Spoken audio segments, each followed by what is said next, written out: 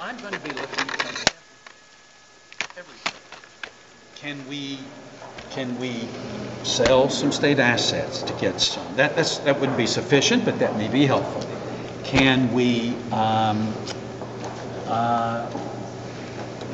institute VLTs at racetracks? That's an unsettled question right now, but depending on how things develop, that may be something that I would be able to pursue. Are we going to get additional federal help? We don't know that for sure, but I'm certainly working on it and hopeful. Will the economy improve? Somewhat gradually, but enough to bring in, some additional resources. I hope so. So the point I'm trying to make, I will deal with what needs to be dealt with as I'm confronted with those decisions.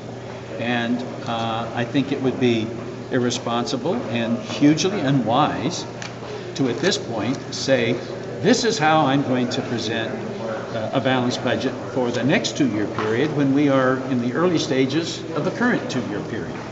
Are you asking for a certain amount from a second stimulus type or additional state stabilization?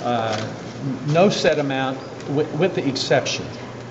I would like for them to continue what we refer to as the enhanced federal match for Medicaid for 6 to 9 months at least. Governor, you talked about the extra stimulus money. Can you give us your reaction to John Kasich's comment that going to the feds and asking for this money is the equivalent of begging? I would just ask Mr. Kasich what he's going to do to replace the state's income tax, which he wants to eliminate. And if he's not going to, well, let me back up. The first thing I'd like to ask Mr. Kasich is for him to say whether or not he would accept it. And my understanding is that when he was asked that by members of the media, he refused to give an answer and tried to make a little joke about it. Well, these are not joking matters. And so I think he has an obligation to speak candidly to you, as I try to speak candidly to you about this and every other matter.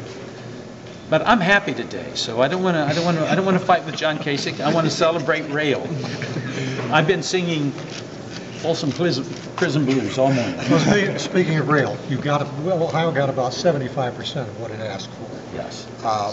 What has to be cut back on it if that work? Can you make it work for $400 million? Absolutely. Listen, if you go back to my earlier comments a few months ago, I was saying that I wanted between 250 and 400 million. I was thinking 400 million was the upper limit of what we would need. When the application was put together, we added everything that we could, possibly foresee as being beneficial.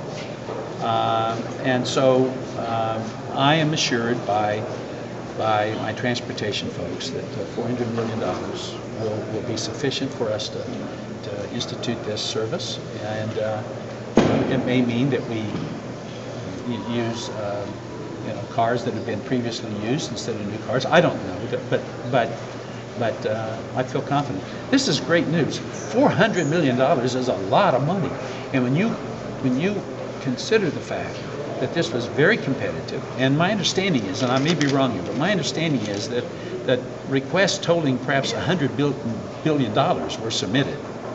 And for Ohio to have gotten this sum without putting any of our own resources into the effort, I think is something that we should be happy about. Well, you will have to put some resources in, about Yes. $17 million in operating funds.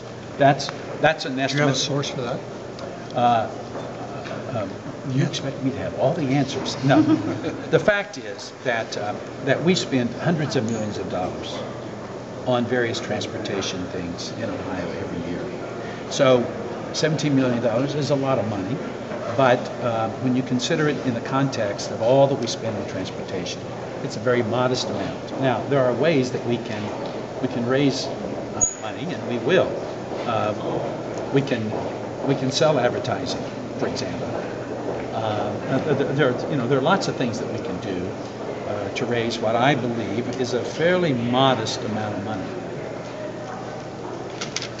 Next. Not to ruin your mood, but you were critical of You the... can't read my mind.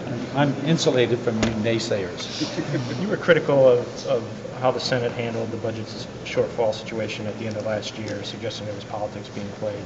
Are you saying the same thing's happening now with the Third Frontier initiative? I don't want to question motives, and let me tell you the difference between my willingness to question motives with a budget fix and my hesitancy to question motives when it comes to the Third Frontier. I think the budget fix was the only rational thing that we were faced with to plug the budget hole. Every group, and I won't go through all the groups that supported that solution, and those who opposed that solution had no realistic solution of their own. That's why I emphasized in here, balancing the budget is the constitutional requirement of the legislature, not just of the governor of Ohio. So since there wasn't a reasonable alternative, and since there was such broad-based support, except from many of the Republicans in the Senate, that's why I was willing to say that I felt like it was political and partisan. Now, I may disagree with those who say that $500 million is sufficient for the Third Frontier, but I think, they can make a rational argument. At least it's an alternative, to what I suggest.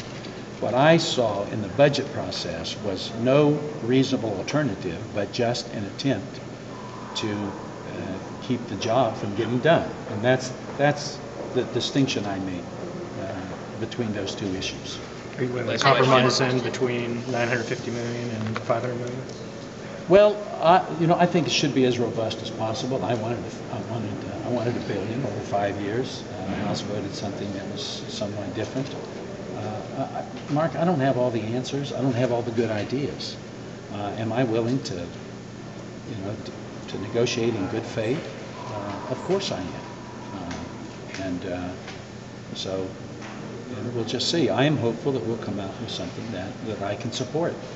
And even more importantly, getting this to the ballot and getting it passed is going to take strong effort, and quite frankly, the resources to do it is almost certainly going to need to come from the business community.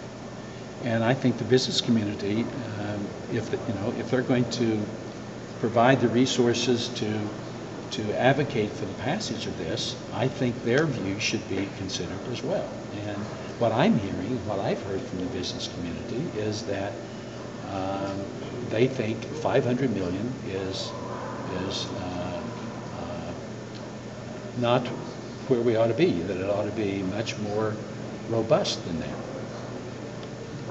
I've heard that from the academic leaders of our state. I've heard it from the business leaders of our state. And so, it seems as if basically everybody's in agreement, except once again, we come to the Republican caucus in the Senate.